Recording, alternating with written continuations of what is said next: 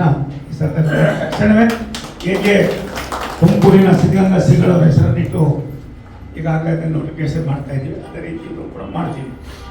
ಎರಡನೇದು ನಮ್ಮ ರಾಮದುರ್ಗ ಮಂಡಲದ ಅಧ್ಯಕ್ಷರು ಏನಿದ್ರು ಕಾಲದ ಕೊಟ್ಟವರು ಲೋಕಾಪುರ ರಾಮದುರ್ಗ ಮಾರ್ಗವಾಗಿ ಸೌದತ್ತಿ ನಾವು ಇದಕ್ಕಾಗಲೇ ಸರ್ವೆನೂ ಮಾಡಿಸಿದ್ದೀವಿ.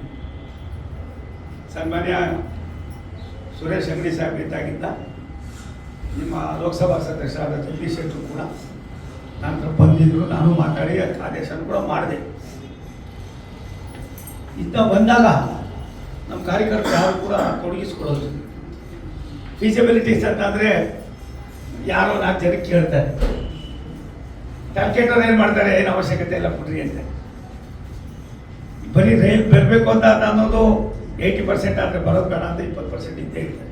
ಏನಪ್ಪ ಸಂಜಯ್, ಕೆಲವಾರು ಕೆಲಸಗಳಿಗೆ ಅಡೆತಡೆಗಳಾಗ್ತಕ್ಕಂಥದ್ದು ಕೂಡ ಇರ್ತವೆ.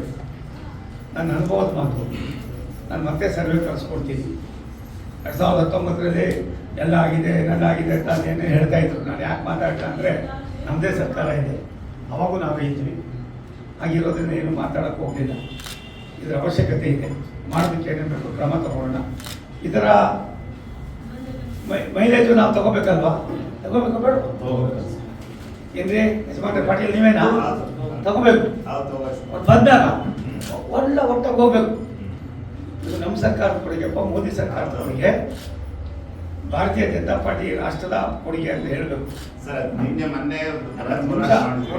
ಅದಕ್ಕೆ ದಯವಿಟ್ಟು ನೀವು ನಾನು ಇದನ್ನು ವಾಪಸ್ ಕಳಿಸ್ತೀನಿ. ಅಧಿಕಾರಿಗಳು ಕೂಡ ಹೇಳ್ತೀನಿ, ಸಂಜಯ್ಗೋ ಸುಭಾಷ್ಗೋ ನಾನು ಹೇಳ್ತೀನಿ, ಅವ್ರು ನಿಮ್ಮ ಜೊತೆ ಬರೋಕ್ಕಾಗೋದಿಲ್ಲ, ಅವ್ರ ಜೊತೆ ಬರೋಕ್ಕಾಗೋದಿಲ್ಲ. ಅವ್ರಲ್ಲಿ ಬಂದಾಗ ನೀವು ಒಂದಷ್ಟು ಜನ ಸೇರ್ಕೊಂಡು ಅಲ್ಲಲ್ಲೇ ಹೋಗ್ತಾರೆ ಅವರು.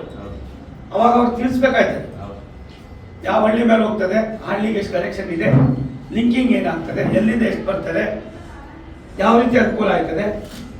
ಒಂದು ಜನಶತಾಬ್ದಿ ಅಂತ ಹುಬ್ಬಳ್ಳಿಯಿಂದ ಬೆಂಗಳೂರು ಬರ್ತಾರೆ ಸಂಜಯ್. 30 ವರ್ಷದಿಂದ ತುಮಕೂರಿನ ತಿಪ್ಟೂರಿನವರು 45-50 ಸಾವಿರ ಲೋಕ ಬಂದ್ ಮಾಡವ್ರೆ, ಏನೆಲ್ಲ ಮಾಡವ್ರೆ. ಆಗಿರಲಿಲ್ಲ.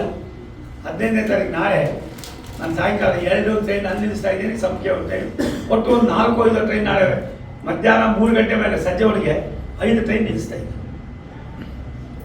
ಇಚ್ಛಾಶಕ್ತಿ. ಅದಕ್ಕೋಸ್ಕರವಾಗಿ ಇದಕ್ಕೆ ಕಾರಣ ರಾಷ್ಟ್ರದ ಪ್ರಧಾನಮಂತ್ರಿ ನರೇಂದ್ರ ಮೋದಿ. ಈ ರಾಷ್ಟ್ರ ಕೇವಲ ದೆಹಲಿ ಆಗೋದು, ಜಿಲ್ಲೆಗಳಾಗೋದು ದೊಡ್ಡದಲ್ಲ, ಹಳ್ಳಿಗಳು ಕೂಡ ಅಭಿವೃದ್ಧಿ ಆಗಬೇಕು. ಹಳ್ಳಿಗಾಡಿನ ಜನರು ಕೂಡ ನೆಮ್ಮದಿಯಿಂದ ಬದುಕಬೇಕು. ಆ ಒಂದು ದೃಷ್ಟಿಯಲ್ಲಿ ನಾವು ಮಾಡ್ತಾ ಇದ್ದೀವಿ. ನಾವಿವಾಗ ಹುಬ್ಬಳ್ಳಿ ಧಾರವಾಡ ಬೆಳಗಾವಿ ರೈಲ್ವೆ 988 ಕೋಟಿ ಬಿಡುಗಡೆ ಮಾಡಿದ್ದೀವಿ. ಯಾರಾದರೂ ಕೇಳಿ ಗೊತ್ತಿದೆಯಪ್ಪ? ಅಲ್ಲ, ಯಾರಿಗಾರು ಗೊತ್ತಿದೆಯಾ? ಗೊತ್ತಿಲ್ಲ. ನನಗೂ ಕೂಡ ಗೊತ್ತಿರಲಿಲ್ಲ. ನಮ್ಮ ಸರ್ಕಾರ ಇದು ಕೂಡ ಎಲ್ಲ ಒಂದು ಕಡೆ ನೆಗ್ಲೆಕ್ಟ್ ಮಾಡಿದ್ವಿ. ಪೂರ್ತಿ ಮಾಡಿ ನಾವಂತ ಮುಗಿಯೋದು. ನಾವು ಇದು ಮಾತಾಡಲೇಬೇಕಾಯ್ತದೆ ಕೆಲವು ಸಂದರ್ಭದಲ್ಲಿ. ಇವತ್ತು ಈ ಸರ್ಕಾರ ಇದೆ, 1.5 ವರ್ಷ ಆಯಿತು ಬಂದು. ಎಷ್ಟು ಸಾರಿ ನಾನು ಮಾತಾಡಿದ್ದೀನಿ. ಪಾಪ ಅವನಿಗೆ ಅಪ್ರಿಷಿಯೇಟ್ ಮಾಡ್ತೀನಿ ಆ ಜಿಲ್ಲಾಧಿಕಾರಿಗೆ. 568 ಕಿಲೋಮೀಟರ್ ಇದು ಎಕರೆನ ಮಾಡಿ 16 ಮಾಡಿ ಎಲ್ಲ ಮಾಡಿ ಮುಗಿಸಿದ್ದಾರೆ. ಅದೇ ಹುಬ್ಬಳ್ಳಿ ಧಾರವಾಡದಲ್ಲಿ ನಮ್ಮ ಜಗದೀಶ್ ಶೆಟ್ಟರ್ ಸಾಹೇಬರು ಕೂಡ ಮುಖ್ಯಮಂತ್ರಿ ಆದವರು, ಪ್ರಹ್ಲಾದ್ ಜೋಶಿ ಇದ್ದಾರೆ, ಅವರಿಬ್ಬರಿಗೂ ಹೇಳಿದ್ದೀನಿ ನನಗೆ ಗೊತ್ತಿಲ್ಲ ಸರ್ ಇದು ಹಾಕಬೇಕು.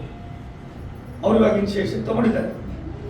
ಅದನ್ನು ಒಂದು ಮಾಡಿದ್ರೆ ನಿಮ್ಗೆ ಎಷ್ಟು ಕನಿಷ್ಠ 1 ಅವರ್ ಮೇಲೆ ಕಡಿಮೆ ಆಯ್ತದೆ. 79 ಕಿಲೋಮೀಟರ್ ಏನೋ ಆಗ್ತದೆ ಅಷ್ಟೇ. ನಮ್ಮ ಲೈನ್ 79 ಕಿಲೋಮೀಟರ್ 79 ಆಗ್ತದೆ. ಇದೆಲ್ಲ ಮಾಡ್ತೀವಿ. ನೀವು ಮಾಡಬೇಕಾಗಿರೋದು ಮನೆ ಮನೆಗೆ, ಬಾಯಿಂದ ಬಾಯಿಗೆ ಹೋಗ್ಬೇಕಾಗಿದೆ. ರಾಷ್ಟ್ರದ ಪ್ರಧಾನಮಂತ್ರಿಗಳ ಬಡವಳಿ ಏನಿದೆ, 35-36 ವರ್ಷದ್ದು ರಾಮದುರ್ಗ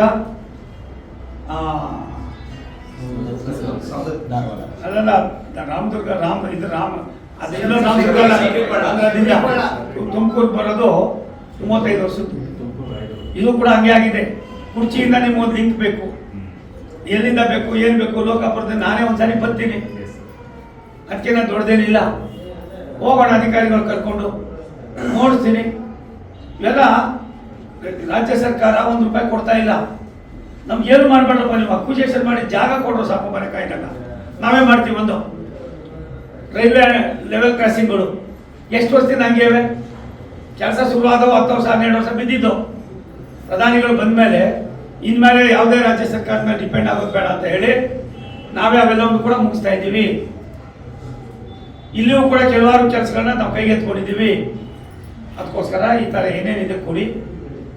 ಇಲ್ಲಿವರೆಗೆ ನಮ್ಮ ರಾಜ್ಯದಲ್ಲಿ ನಮ್ಮ ಸರ್ಕಾರ ಬಂದ ಮೇಲೆ, ಸನ್ಮಾನ್ಯ ನರೇಂದ್ರ ಮೋದಿ ಅವರು ಬಂದ ಮೇಲೆ ಏನವರು 65 ವರ್ಷ ಮಾಡಿದ್ರಲ್ಲ, 10 ವರ್ಷದಲ್ಲಿ ಅದರ ಡಬಲ್ ಟ್ರಿಬಲ್ ಮಾಡಿ ಸಾಕಿತ್ತು.